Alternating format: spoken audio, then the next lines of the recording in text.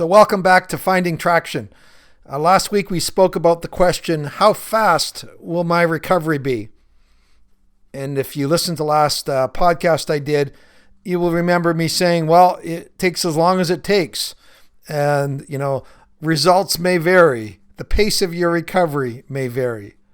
However, I said last week that you can certainly slow your recovery from porn and porn behaviors.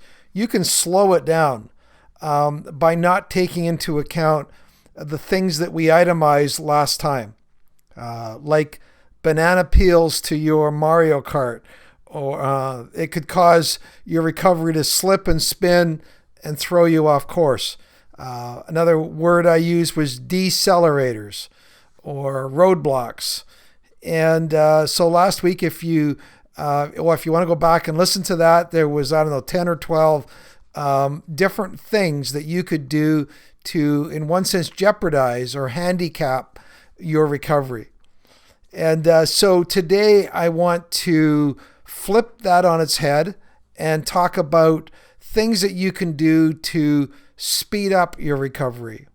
Apparently on Mario Brothers, there's stars that you can or mushrooms or things that can speed things up, or maybe a little bit more accurately, at least keep your recovery on pace.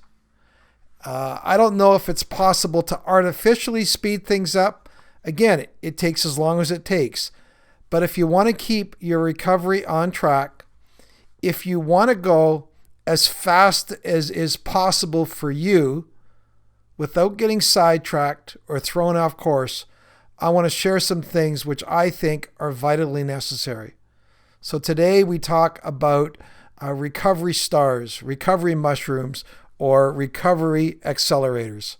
Welcome aboard. Guys ready?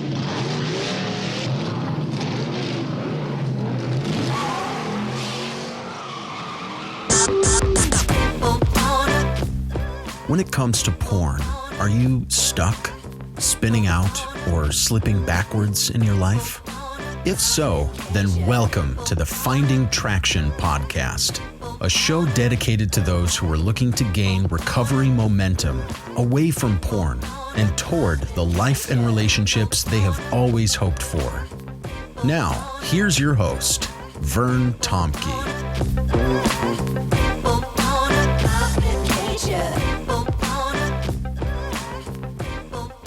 Well, let's get into some of what these things are that can keep your recovery on track, keep you going as fast as is possible.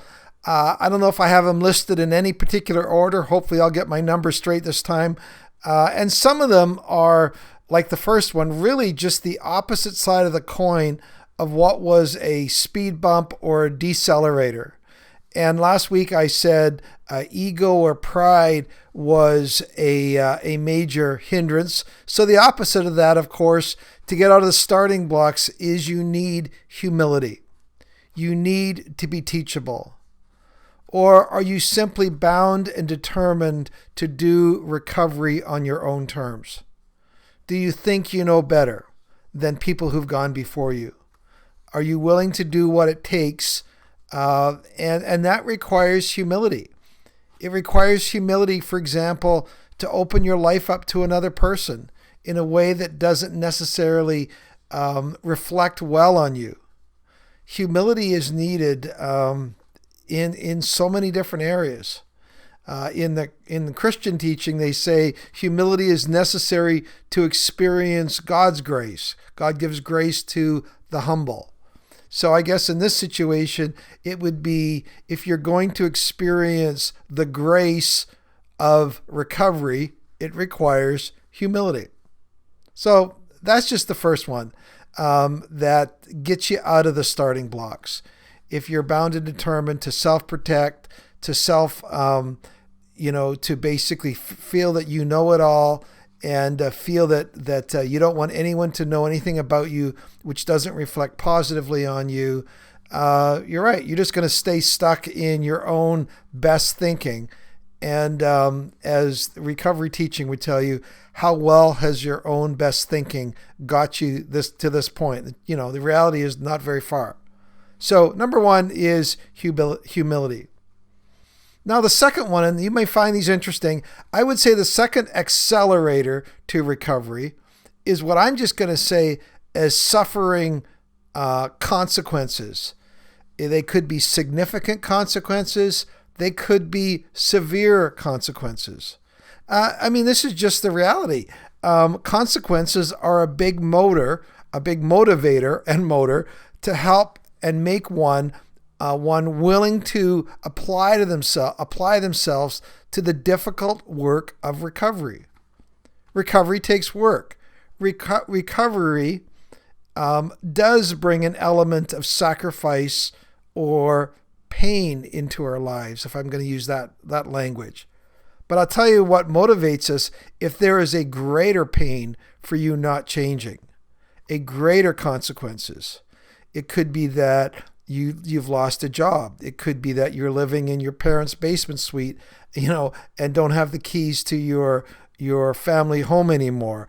I've heard all sorts of consequences. It could be you're looking at jail time. It could be you're losing access to your children.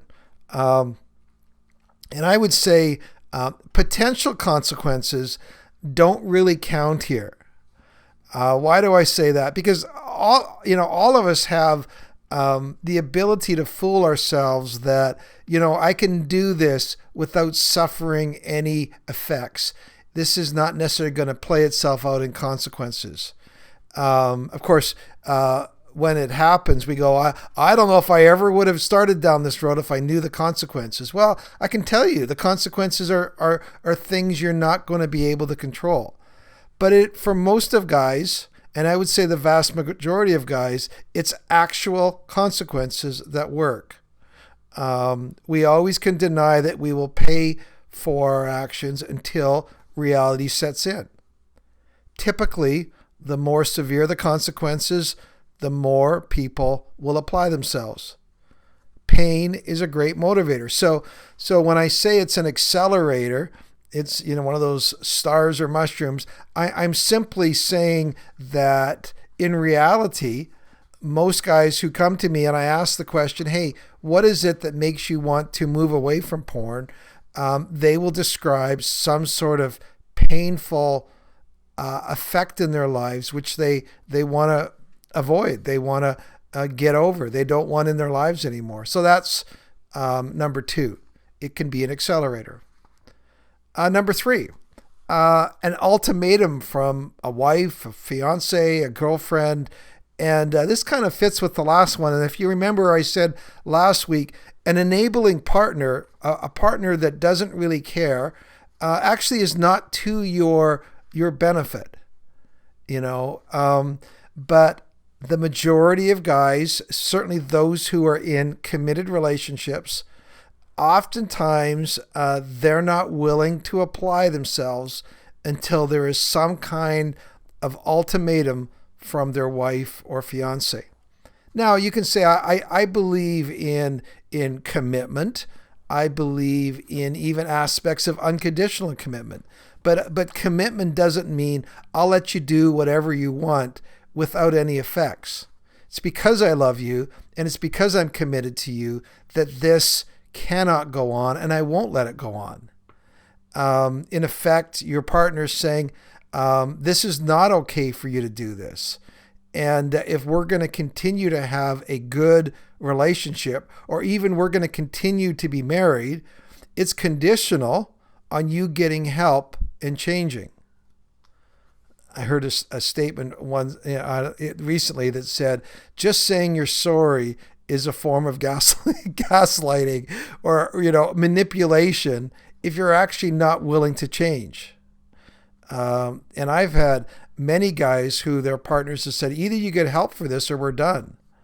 And so this really raises the stakes. Maybe this is why, I don't know, middle-aged guys or older people or married people with children sometimes seem to be more inclined to get into recovery because they have more to lose. I mean, I'm working with guys that have spent a couple $1 million on a divorce, or a couple $100,000 and everything in between. a lifetime of accumulating, working hard for 10, 20, 30 years and seeing half of that or more just being flushed down the toilet. They have a lot to lose. They're facing losing everything. It doesn't mean, for example, that young people or single people can't get into recovery. In fact, I've met some great single people in their 20s and early 30s that I think are wiser than their years. And they're just, I think, more mature than what I find is average or typical for their situation. So an ultimatum can be an accelerator. Now, having said that, the ideal is a fourth accelerator is you voluntarily entering recovery. Now, it's not the majority. I would say that, I don't know, if I was going to, my wife says I'm always making up stats. So 20%, let's go with that. 20% of the guys I work with have said, I'm voluntarily doing this. I'm not doing this for anybody else. I'm doing this for myself. And, it could be that, like I said, they just say, I'm sick and tired of being sick and tired of being caught up in shame and regret and self-remorse. And I don't like where this path is taking me. And if I project this pathway out 2, 3, 5 years, this is not the type of life that I deeply desire for myself. And I got guys that have never been caught, but they also know they're never going to get free. And for them, that's no longer acceptable. So, again, it's not just younger people who are not being pressured to do this by consequences or a partner. I think when guys voluntarily want this for themselves, I think that's amazing. That's an accelerator. And as I said, I think last time, even though you might start this because of an outside ultimatum or an outside consequence or pressure, the quicker that you can find your voluntary, or what my buddy Matt Dobshoot says, your big why, the quicker you can find that, the quicker that you can settle into that as fuel, it will sustain you and carry you in your recovery.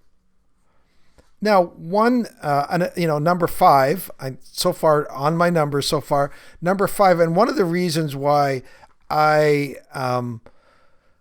do see that people voluntarily entering to recovery is because people become, I guess they just become totally overwhelmed with the deep sense of contradiction between their actions and their faith or their values. It's that cognitive dissonance. It's that deep disconnect. It's that sense of not having internal integrity that I think can be a great accelerator.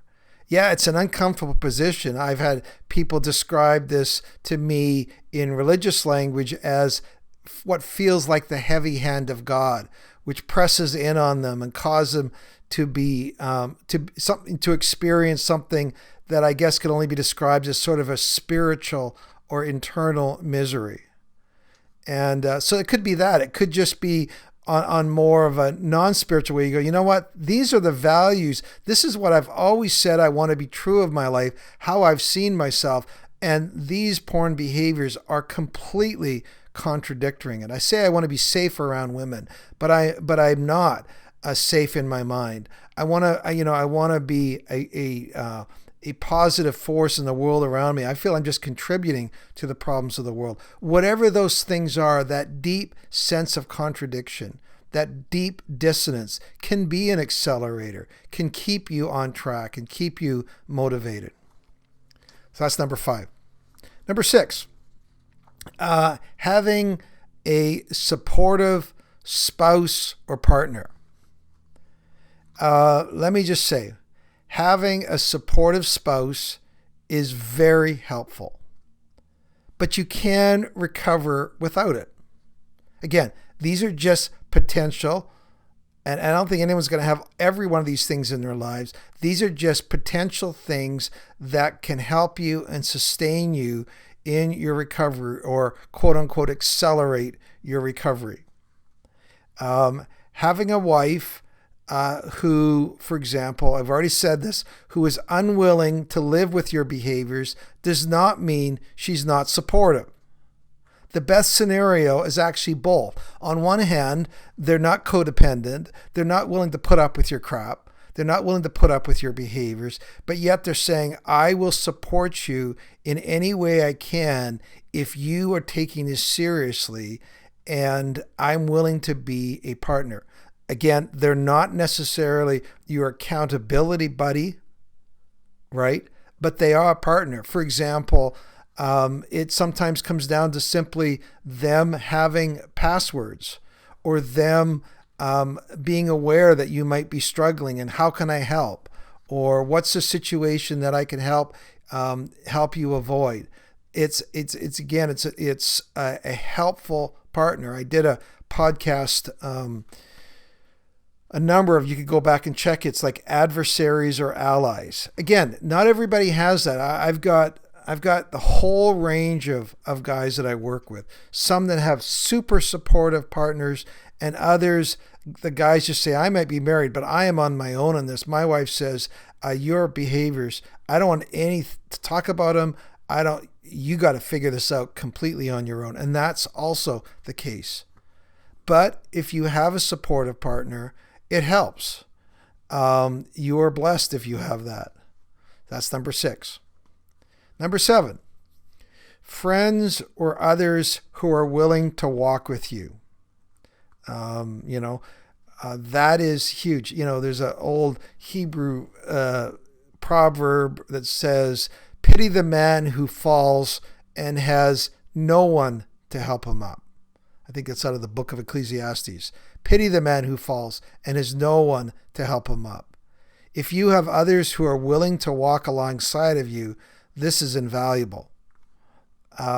Even if people don't have exactly the same struggle that you do, but they can identify with brokenness in their own life, they can still be an ally or support to you when you hit tough patches in your journey. So one of the things I ask guys is, do you have anybody in your, because a lot of our groups are on Zoom, do you have a brother, a brother-in-law? Do you have somebody also in your locality that maybe can be an accountability partner, that the two of you can share your Covenant Eyes reports, somebody that supports you, somebody that you can do this with? One of the whole secrets of the groups that I run is this. We have guys develop trusting relationships, and even if they can't find somebody in their location, their city, they're able to, on WhatsApp, they're able to text people when, or call people when they're struggling, or just to check in. And, so if you can't find somebody locally, finding somebody that you get to know. And I've had people say, well, it's not the same, these people that I get to know on Zoom. But man, I would really disagree with you from experience. I mean, I've got some groups that I've been with the guys for 2-3 years now, and we are really close friends. We have learned a lot about each other. We support each other. And so I wouldn't diss the idea of having virtual people that you can walk with and journey with. So that's number 7. That can really be an accelerator. Number 8 is a clear plan for recovery. I'm sure you've heard that old cheesy ditty that goes, if you fail to plan, you plan to fail. Or another recovery quote, those who fail to sweat in times of peace bleed in times of war. Well, by sweating, it means training, planning, looking ahead. If your approach to recovery is, I'm just going to see how this plays out, or I'm just going to deal with things as they come up. I can pretty much guarantee you that you are not going to be successful. I think the fellow that's most helped me with this idea of a plan is, of course, Matt Dobschuetz, Porn Free Radio, and working with him, talking with him. All of our guys, we really work hard. His the idea of the porn-free plan that never fails. It's been so helpful for me. It's probably been one of the most clearest and practical parts of the plan that you go through. Now, let me just say, it's not just a static plan that you create once, you start once, and then you just leave. It's a constantly evolving plan. There's a saying I thought up and I looked it up. Apparently it's from the book Art of War by Sun Tzu. Okay, I'm not pronouncing that right, but this is what he says. No plan survives the first contact with the enemy. Right? And I really like that, because you can make plans in a vacuum, but then when the bullets start flying and arousal's happening and your testosterone is going, you need to be able to adapt. You need to be able to quickly look at your plan, and if your plan is not working, to be able to have the humility to change your plans. One of the questions we ask when we're checking in our groups, and we're not doing this in a judgmental or shaming way, but when guys are going, man, this was a tough week, and I slipped and fell flat on my face on a banana peel, and I know that's what the bruises all over my face are. But the bottom line is, it was not a good week recovery-wise. And one of the questions we ask guys is, okay, let's talk about your plan. Let's talk, and I've done the podcast last time, next time. What in your plan let you down? How can you change that? And the guys that I have found to be really successful are people that are really willing to look at that. And they're not just saying, oh, it was a bad week. This week will be better. Well, you're going to have another bad week. Bad weeks are just around the corner. You prepare for a bad week. You prepare for that situation. If your plan says, you know what, no social media, or your plan says don't go down to that part of town, or your plan says whatever it is, well, then let's take steps to outsource that plan into a better environment. So let me actually, towards that, let me throw in another accelerator. And it actually helps as I work with guys. I find that one really positive thing that helps guys is number 9. Guys that are analytical or detail oriented. Now, if you're thinking back to last podcast, you're saying, whoa, Vern, you just told me that guys that are just living in their heads, and that's a banana peel. That's a decelerator. So now you're telling me that to be analytical and detail is actually an accelerator. Which is it? Well, it's a bit of both, because recovery and plans do involve you and do necessitate you getting into details, tearing things apart. And you've got to be somewhat micro in your self-awareness, or you're going to skip over the necessary details that you need to unlock the traction that you're trying to find.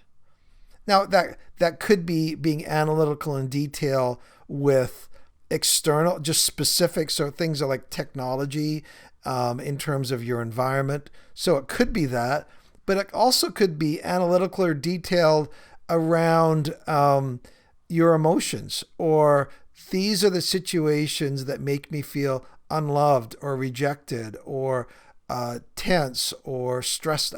So, to be able to do that is a really big asset in that. That's number 9. Number 10, ready access to recovery materials or groups. And I think now, compared to 10 years ago, there is way more resources.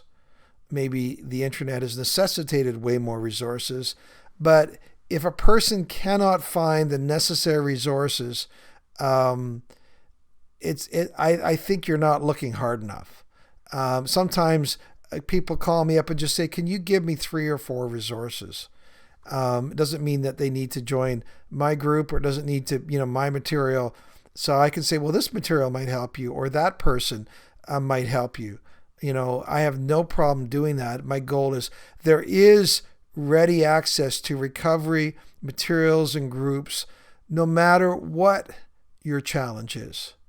No matter, there are some great resources out there. You're struggling with childhood issues. You're struggling with trauma. You're struggling with whatever those things are. Again, it's just going to require a little bit of sweat equity and some money in the process.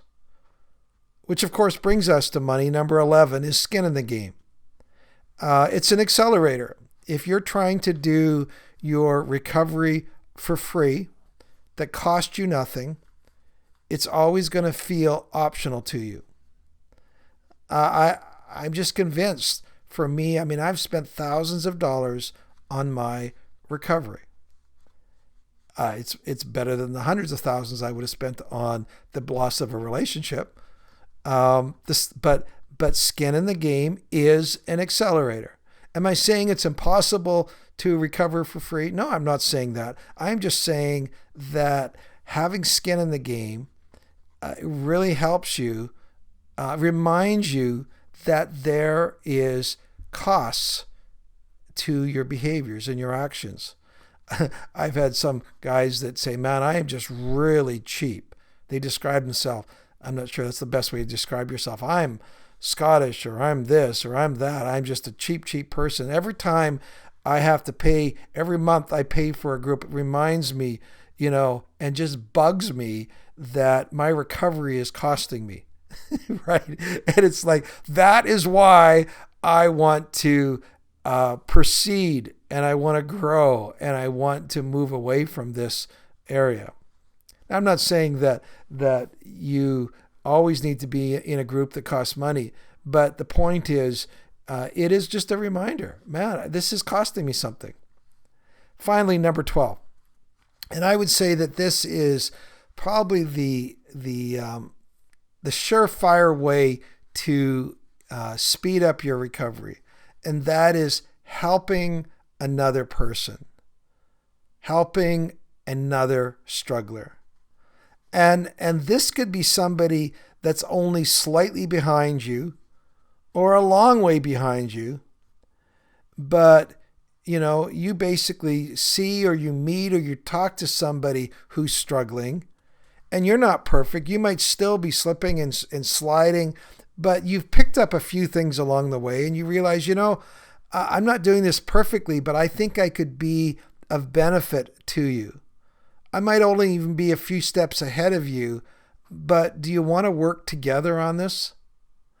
And one of the metaphors that my buddy Michael Leahy has used is the idea of climbing Mount Everest. And for years, if you know anything about Mount Everest, there's a series of base camps. I don't know, 3, 4, 5, however, maybe more. Until you get, and then there's, of course, the summit of Mount Everest. And I had basically, for a number of years, just because of I don't know if I didn't want to have skin in the game, or I just didn't have the options or didn't know about them, I was helping guys, and I was maybe only a base camp or 2 higher up than them, ahead of them.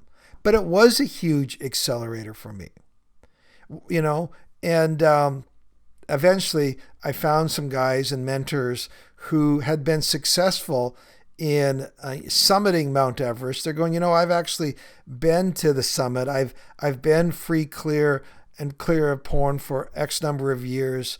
And that was kind of the next step in helping me gain traction and momentum in my recovery. But I never want to discount the fact that I was helping guys even when I wasn't exactly where I wanted and felt I needed to be. One of the reasons it helps me is that it's a constant reminder of where I started from. It's a constant reminder of what my life could look like if I don't take action. And it also is a way that reminds me, you know what? My actions affect other people. When I act out or I, relapse, and I'm honest, not only does it, bum me out, but I also realize that I have some guys who are looking to me for encouragement and hope. And, again, being honest, I'm just saying, I don't want to, I want to keep encouraging those guys. And I know it's discouraging when the guys they're looking to, continually are not willing to take their recovery serious. So for whatever that is, maybe there's some mixed things in there, but all I know is that is a great way to accelerate your recovery. In fact, as we move through our 52-week course, it's the one thing that I'm always looking for and nudging guys and moving guys towards is to say, okay, who can you begin to help? And as we get to, quarter 3 and quarter 4, we're already starting to talk about, okay, how can you begin to use this in the life of other people? And you're going to find that it actually reinforces and solidifies your own recovery. Having said all of that, again, I want to encourage you, if you're listening to that and go, okay, I feel like I'm still slipping and sliding. I'm going 1 step forward, 2 steps back. I want to really, put some real markers in the ground and start moving forward. I'd encourage you to get a hold of me. You can email me at bandofbrothers.care@gmail.com. That's .care. And again, we can set up a Zoom call. And again, it's not about me having to work with you, but just talk about your needs. Talk about, and I can point you in some directions. Just say, hey, how can we help in terms of you creating the kind of life that you want to move towards? So again, I encourage you to reach out. So I hope that helps. Last week, decelerators and banana peels. This week, looking at accelerators, things that can help you on the journey. We'll see you next time.